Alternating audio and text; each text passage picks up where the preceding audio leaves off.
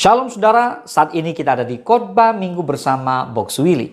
Dan tema khotbah minggu ini adalah jangan menukar panggilan Tuhan dengan kenyamanan dunia. Mari kita buka Alkitab, kita baca di Lukas 9 ayat 23. Katanya kepada mereka semua, setiap orang yang mau mengikut aku, ia harus menyangkal dirinya dan memikul salibnya setiap hari dan mengikut aku. Saudara, kita hidup di zaman ketika kenyamanan menjadi tujuan utama banyak orang. Dunia berkata, carilah hidup yang mudah, aman, dan nyaman. Namun Yesus berkata, ikutlah aku, pikul salibmu. Banyak orang percaya mulai tanpa sadar menukar panggilan Tuhan dengan kenyamanan dunia. Mereka tidak lagi bertanya apa kehendak Tuhan, tetapi apa yang paling enak bagiku. Padahal panggilan Tuhan seringkali mengajak kita keluar dari zona nyaman. Tuhan memanggil Abraham meninggalkan negerinya, Musa meninggalkan istana, Petrus meninggalkan jalannya, Paulus meninggalkan status dan kehormatannya.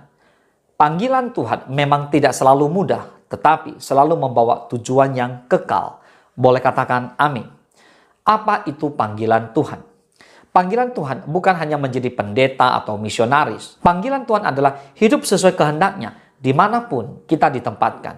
Menjadi ayah yang takut akan Tuhan, menjadi ibu yang membangun keluarga dalam iman, menjadi pebisnis yang jujur, menjadi guru yang menjadi terang, menjadi pelayan yang setia. Efesus 2:10 berkata, karena kita ini buatan Allah, diciptakan dalam Kristus Yesus untuk melakukan pekerjaan baik yang dipersiapkan Allah sebelumnya. Ia mau supaya kita hidup di dalamnya. Artinya, Tuhan sudah memiliki rancangan bagi hidup kita sebelum kita lahir.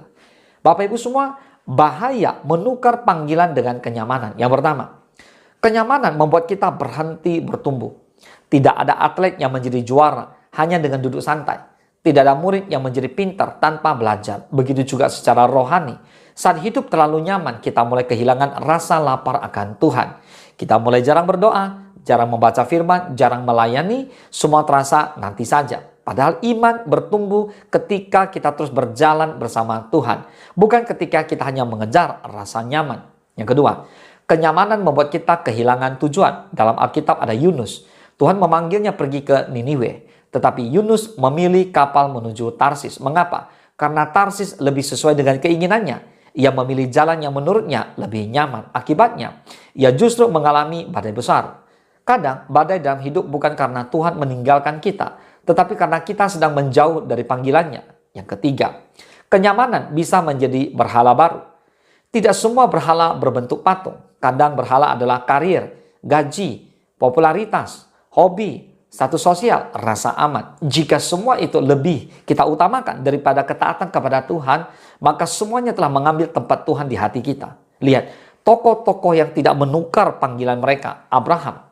Tuhan berkata, keluarlah dari negerimu. Abraham tidak tahu tujuan akhirnya, tetapi Abraham tetap taat. Karena iman selalu berjalan lebih dulu daripada pengertian. Amin. Lihat Musa. Musa memiliki semua kenyamanan di istana Mesir, namun ia rela meninggalkan semuanya. Mengapa? Karena panggilan Tuhan lebih besar daripada kemewahan dunia. Ibrani 11 ayat 25 berkata, karena ia lebih suka menderita sengsara dengan umat Allah daripada untuk sementara menikmati kesenangan dari dosa. Petrus meninggalkan jalannya. Ia meninggalkan pekerjaan yang memberikan kepastian ekonomi. Mengikut Yesus bukan berarti hidupnya menjadi mudah, tetapi hidupnya menjadi berarti. Paulus memiliki pendidikan tinggi, kedudukan, nama besar. Namun Paulus berkata di Filipi 3:8, malahan segala sesuatu yang kuanggap rugi karena pengenalan akan Kristus Yesus Tuhanku lebih mulia daripada semuanya. Oleh karena dialah aku telah melepaskan semuanya itu dan menganggapnya sampah supaya aku memperoleh Kristus. Nah, pertanyaannya, mengapa orang meninggalkan panggilan Tuhan? Bisa jadi takut kehilangan uang, takut kehilangan kenyamanan, takut ditolak, takut gagal, terlalu mencintai dunia. Kita baca 2 Timotius 4:10. Ada mencatat seseorang tentang yang namanya Demas. Karena Demas telah mencintai dunia ini dan meninggalkan aku. Ia telah berangkat ke Tesalonika. Kreskes telah pergi ke Galatia dan Titus ke Dalmatia. Demas telah meninggalkan aku karena ia mencintai dunia ini. Wah, betapa menyedihkan. Ia pernah melayani bersama Paulus, tetapi akhirnya meninggalkan panggilannya. Bapak Ibu semua, berkat dari orang yang setia pada panggilan. Apa itu? Lihat, pertama Tuhan menyertai. Di Matius 28 ayat 20 berkata, dan ajarlah mereka melakukan segala sesuatu yang telah kuperintahkan kepadamu. Dan ketahuilah aku menyertai kamu senantiasa sampai kepada akhir zaman. Itu yang pertama. Yang kedua, hidup memiliki makna. Saudara, banyak orang kaya tetapi kosong. Banyak orang terkenal tetapi kesepian. Sebaliknya, orang yang hidup dalam panggilan Tuhan memiliki damai yang tidak bergantung pada keadaan. Nama Abraham dikenang. Nama Musa dikenang. Nama Paulus dikenang. Mengapa? Karena mereka hidup bagi tujuan Tuhan, bukan hanya bagi kenyamanan diri. Sekarang kita belajar tanda-tanda kita mulai menukarkan panggilan. Yang pertama, lebih mengejar uang daripada kehendak Tuhan. Yang kedua, doa mulai terasa membosankan. Yang ketiga, pelayanan mulai dianggap sebagai beban. Yang keempat, tidak lagi bertanya kepada Tuhan sebelum mengambil keputusan. Yang kelima, lebih takut kehilangan kenyamanan daripada kehilangan hadirat Tuhan. Jika ini semua mulai terjadi, inilah saatnya Bapak Ibu semua kembali kepada Tuhan. Pertanyaannya, bagaimana tetap setia pada panggilan? Yang pertama, bangun hubungan yang intim dengan Tuhan. Orang yang dekat dengan Tuhan akan lebih peka mendengar suaranya daripada suara dunia. Yang kedua, ingat bahwa dunia hanya sementara.